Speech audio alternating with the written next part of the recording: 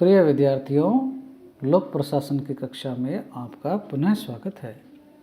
हम लोग ब्रिटिश संसदीय प्रणाली के बारे में पढ़ रहे थे।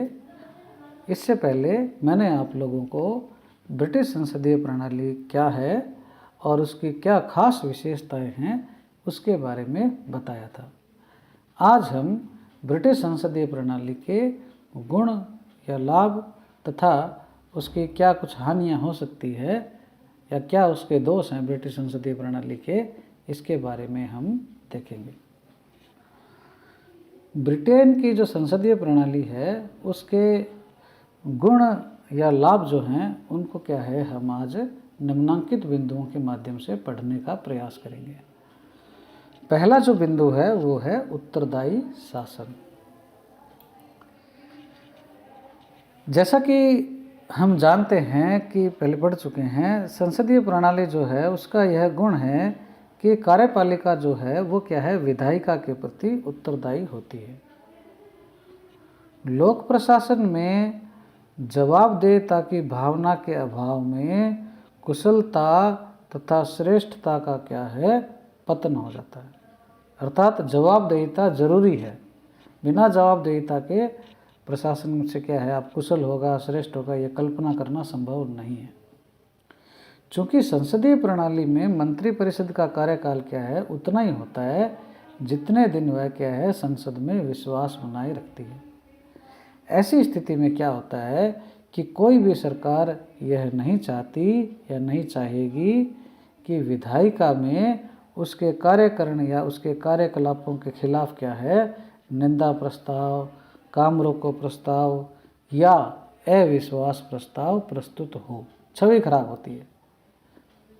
यही कारण होता है कि वास्तविक कार्यपालिका निरंकुश तथा लापरवाह होने के बजाय उत्तरदायी कार्यपालिका का रूप धारण करने का प्रयास करती है। तो इस प्रकार से संसदीय प्रणाली जो है वो एक प्रकार से क्या है हमारे को उत्तरदायी शासन प्रदान करता है। अगला लाभ क्या है, इसका क्या गुण है, वो है विधायिका और कार्यपालिका में घनिष्ठता होना। चूँकि हम पढ़ चुके हैं कि संसदीय प्रणाली में वास्तविक कार्यपालिका जो है वो विधायिका का ही एक अंग होता है। अर्थात जो सांसद है उनमें से ही क्या है, जिस दल का बहुमत होता है उनसे ही क्या है कार्यपालिका का निर्माण होता है।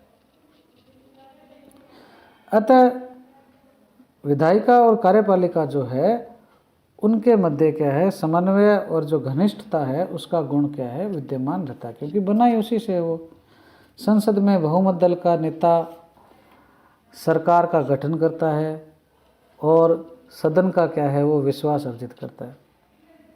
सरकार द्वारा प्रस्तुत किए जाने वाला बजट, विधेयक तथा अन्य प्रस्ताव तब ही पारित हो सकते हैं जबकि विपक्ष का समर्थन सरकार को मिले।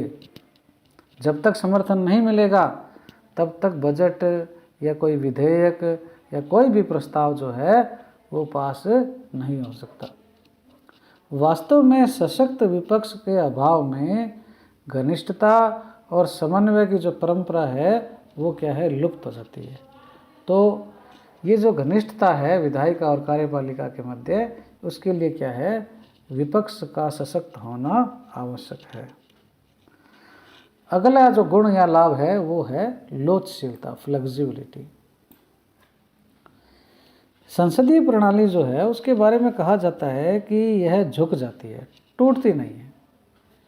लोचशीलता तथा जो नमनीयता का ये गुण है, इसके कारण ही संसदीय व्यवस्थाएं वास्तविक लोकतंत्र की क्या है प्रतिनिधि मानी जाती है।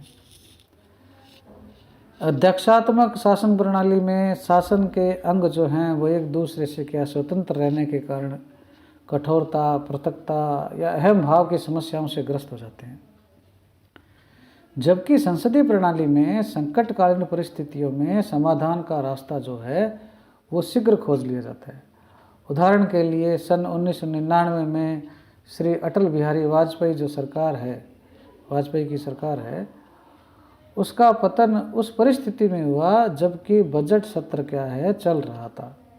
अतः सभी दलों ने मिलकर सर्वप्रथम बजट को स्वीकृति दी ताकि वित्तीय संकट उत्पन्न न हो। जबकि अमेरिका में नवंबर 1995 में कांग्रेस ने अड़ियल रुख अपनाते हुए एक सप्ताह तक वित्त के अभाव में प्रशासन को ठप करवा दिया था। ब्रिटेन में भी सेकेंड वर्ल्ड वॉर के दौरान चैम्बरलेन के स्थान पर चर्चिल को प्रधानमंत्री बनाना समय की मांग थी, जिसे सभी विपक्षों ने स्वीकारा। सभी पक्षों ने क्या है स्वीकारा। तो इस प्रकार से क्या है संसदात्मक व्यवस्था है कि वो लोचशील होती है और संकटकालीन परिस्थितियों में क्या है वो बड़ी ही क्या है लोचशीलता के कारण क्या है अच्छा मतलब सार्थक परिणाम देती है। जबकि अध्यक्षात्मक व्यवस्था में क्या है कठोरता होने की वजह से क्या है उससे कई समस्याएं उत्पन्न होती है। इसके पश्चात अगला जो गुण होता है वो है विरोध का आदर। जिस प्रकार हम जानते हैं कि दुख उठाए बिना मनुष्य सुख का वास्तविक अनुभव नहीं कर सकता, बिना भूख के व्यक्ति भोजन का स्वाद नहीं कर सकता, उसी प्रकार लोकतंत्र में बिना विपक्ष के सत्ता का ज्ञान नहीं हो सकता। संसदीय व्यवस्था में विरोधी पक्ष जो है विपक्ष जो है उसकी दलीलों और आलोचनाओं को क्या है सहर्ष स्वीकार ही नहीं किया जाता, बल्कि कई बार तो क्या है उसको मोटिवेट या प्रोत्साहित भी किया जाता है। क्योंकि विरोधी पक्ष जो है विपक्ष जो है वो क्या है सच्चाई का दर्पण दिखा सकता है। इसीलिए कहते हैं कि निंदक नियर राखिए ताकि स्वस्थ समालोचना से नीति कार्यक्रम और जो कानून है उसमें क्या सुधार हो सके। विभिन्न राजनीतिक दलों के मध्य सहनशीलता तथा समझौता करने की प्रवृत्ति रहती है, क्योंकि किसी को भी सत्ता या विपक्ष में बैठना पड़ सकता है। इस प्रकार से क्या है विरोध जो है उसका क्या है आदर रहता है, उसकी रेस्पेक्ट रहती है, विपक्ष की रेस्पेक्ट रहती है। ये भी एक क्या है संसदीय प्रणाली का गुण या लाभ है। अगला जो है योग्य तथा अनुभवी व्यक्तियों का शासन। संसदीय प्रणाली में प्रधानमंत्री उन्हीं व्यक्तियों को क्या है मंत्रिमंडल में शामिल करता है जो योग्य हो, अनुभवी हो, चतुर हो और लोकप्रिय राजनेता हो। चूँकि ये राजनेता जनता के द्वारा चुने हुए होते हैं, अतः उनकी क्षमताओं पर क्या है उंगली उठाना अनावश्यक है। जबकि अध्यक्षीय प्रणाली में राष्ट्रपति अपने मंत्रिमंडल में उन लोगों को शामिल करता है जो उसकी क्या है निजी पसंद होते हैं। तुलनात्मक दृष्टि से हम कहें तो संसदीय प्रणाली का मंत्रिमंडल अधिक संतुलित व अधिक प्रभावी दिखाई देता है।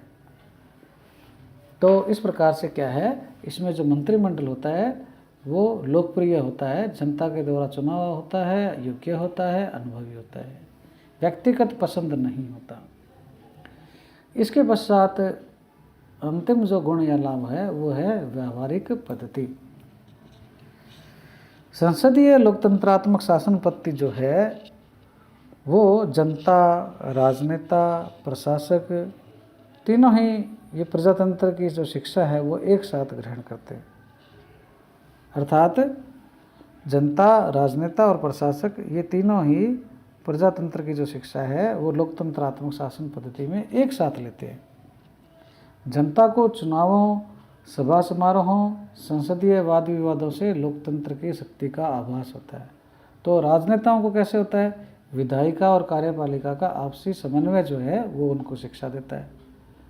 भारत में सन 1989 से 1999 के मध्य 5 आम चुनावों में निसंदेह राजनीतिक अस्थिरता का परिचय दिया था, किंतु यह भी सिद्ध कर दिया कि भीषण झंझावातों में भी संसदीय लोकतंत्र जीवित रहने के लिए सक्षम है तथा मतदाता जब चाहे राजनेताओं के यथार्थ के कटु धरातल पर उनको क्या है ला सकता है, वास्तविकता से रूबरू करवा सकता है।